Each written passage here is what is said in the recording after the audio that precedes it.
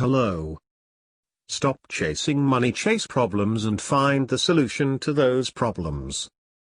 Hollywood has always had a habit of depicting the wealthy and rich as evil, backstabbing, entitled, or corrupt individuals. The question is, have you bought into that stereotype? What do you really think about money? Is it something you work for? Is it earned or inherited? Is it the root cause of evil? Are you desperate for more? Have you been looking for it all your life? The truth is that most of what you think about money has been influenced by the educational environment. If you were born into a family that didn't have much money, you're more inclined to believe that you too growing up end up like that. Perhaps, you went on the complete opposite end and decided to make as much money as you could so that you would never be in that position again. In fact, our school system didn't teach you much about this topic. That's why most of you have false beliefs about money that won't help you on this journey. The truth is, your equation is all wrong. Here's the two-dimensional equation that you've been told: money equals salary from a job. Based on the salary you earn depends on the amount of time you put into that job. It will take you nearly from 25 years to 250 years, depends on the country you live in, to reach a total of $1 million without any taxes or expenses. So again, you ask yourself, how is it then that there are self-made millionaires and billionaires at such young ages? What makes them so different? Than the truth is they have a better equation than you. They have a way of understanding the money that you haven't quite grasped yet. So what is the equation? The first step to this equation of wealth is quite simple. If you want money, solve problems. You realize that all money runs from this basic premise. If you can solve a problem, the money will be thrown at you. If it's $1 million problem, then the solution will make you millions of dollars. Think about the problem that Amazon solved.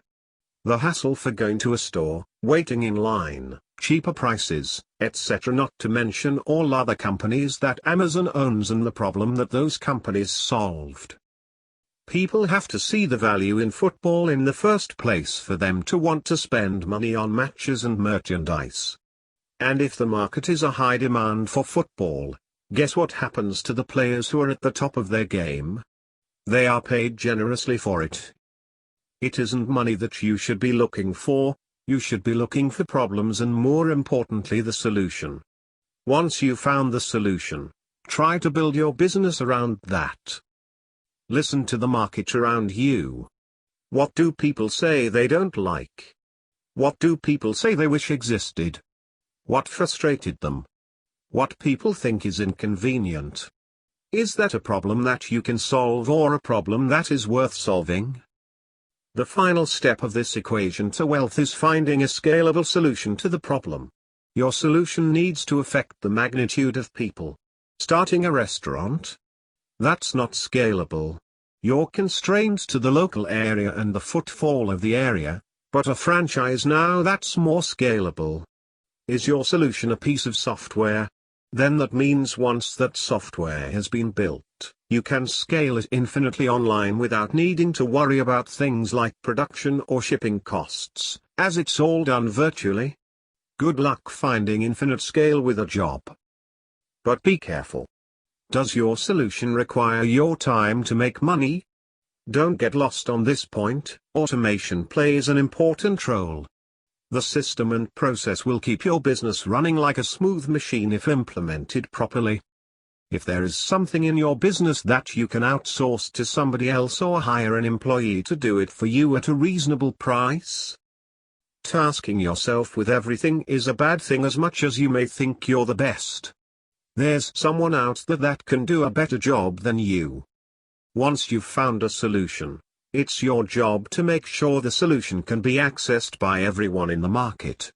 The market doesn't care about your passions. When you have your profitable business running with the right systems and processes in place, it's time to move on and reap what you sow. There are two likely paths you're going to face at this point. You either continue your business or sell it. This is the acquisition the moment someone buys the solution that you spent years building a business around. Perhaps that business runs passively in the background. So you don't have to do much to keep the wheels turning, or maybe it's a combination of these three things. Either way, you did it. You solved a problem that the market wanted solving and it rewarded you favorably for doing so. And so now I ask you, what was it all for anyway? Thank you for watching, and never forget, stop chasing money, chase problems and find the solution to those problems. Goodbye, see you soon.